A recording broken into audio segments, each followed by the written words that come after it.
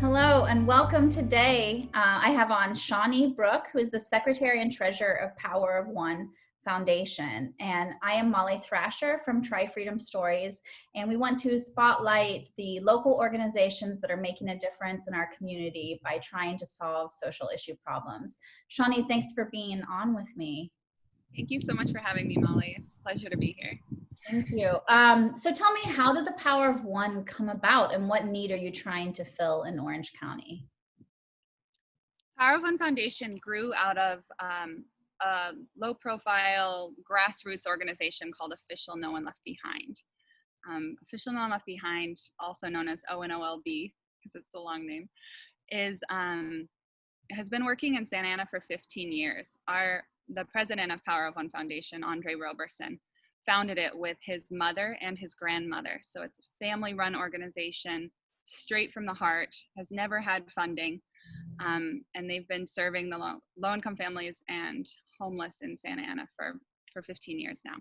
So we founded Power of One Foundation to grow out of that mission and that heart to expound into other areas of California, as well as our goal is to create replicatable systems in communities across the nation, and especially into Mexico.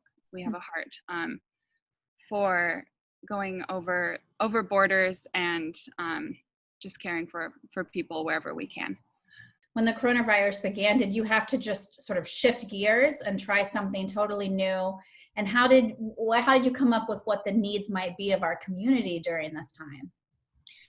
Yeah, so let me touch on what both organizations do. Power of One Foundation and Official No One Left Behind primarily provide food assistance to people who need it. We also supply other resources, but food is our focus, especially right now.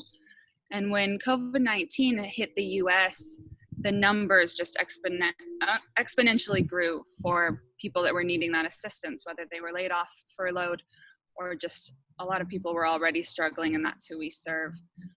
But with Official No One Left Behind, we were doing monthly food distributions and feeding several hundred families in our community. And that was once a month. So we did our monthly distribution for March and realized that the need was already massive because thousands of cars showed up. Yeah. And for that distribution, we did already structure it differently with the social distancing that was starting to be encouraged. So we did a drive-through distribution, whereas normally we allow walk-ups, and it's a much more open community event. So there were more rigid protocols that we had to put in place.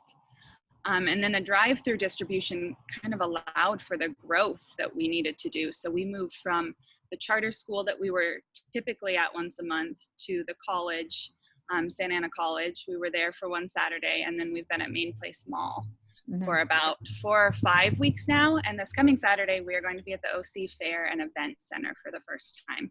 So we're very excited about that because that's a massive venue and also allows for more numbers to be reached. But COVID-19 definitely restricted how we're able to serve, and we had to limit the interaction with the community, which is what we care about, is interacting with them and loving on them. Mm-hmm. So that was difficult to kind of create all of those boundaries, but very important to protect our volunteers.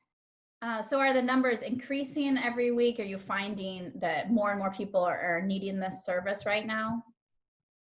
I would say yes, because with the produce boxes that we're getting on a daily basis, we're getting about 2,700 boxes out into the community on a daily basis.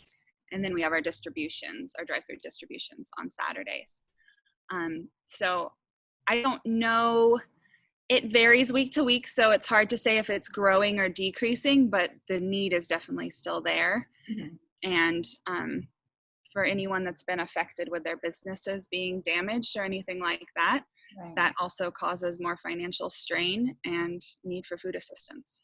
Yeah, definitely. And the motto or your vision for Power of One is communities caring for communities. And what does that mean to you?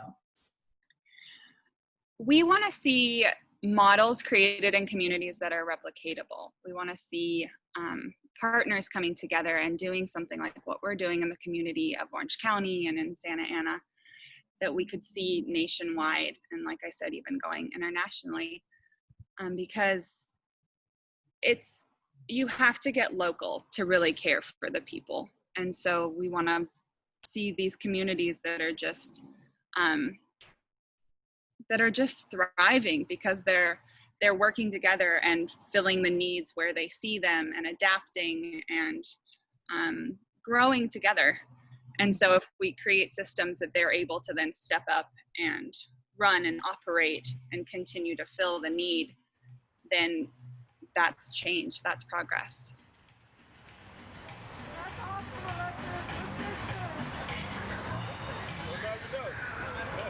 And I think right now in our nation, it's a season of people wanting to know and wanting to be educated and wanting to change and really wanting to come together. I mean, I don't think there's a movement in this country of communities wanting to help communities and people wanting to see people taken care of. Yeah.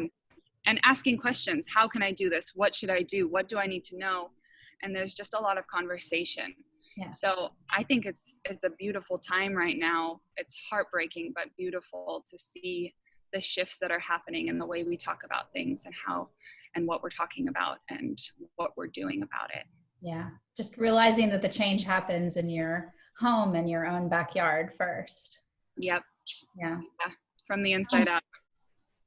So how, with your volunteers, how do you keep this momentum going? And certainly even right now when people are reluctant even to maybe volunteer as much as they used to before because it could be putting your health at risk, how do you keep that momentum up, and how do you help the people who want to volunteer, how do you get them channeled into the right areas where you really need that assistance right now?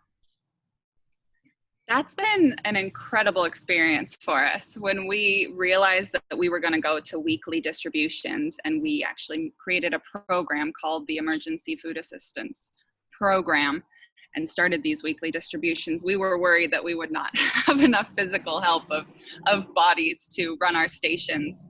And we really haven't seen that. We've been amazed by people's hearts and their willingness to risk their health and their willingness to serve.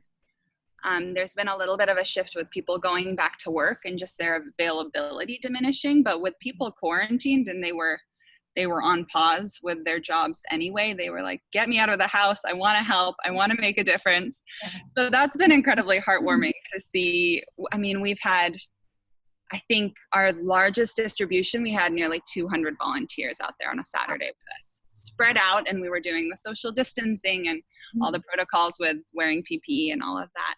But it's just, it just creates the energy in the community that you want to see where people feel hopeless. Like, we have to pour hope into those areas and those hearts. Our foundation itself is a community. And so we want to show by example of what it looks like to care for each other. That's wonderful. Well, thank you, Shawnee, for your time today. Can you tell us where people can learn more about Power of One Foundation? Yes, I can. They can go to powerofone.foundation.org. All of our information about volunteering, donating, and just to see what we've been doing. We've fed over 300,000 people in the last 11 weeks, and we're so excited to continue serving. Yeah, well, thank you so much for all your hard work. Thank you so much, Molly. All right.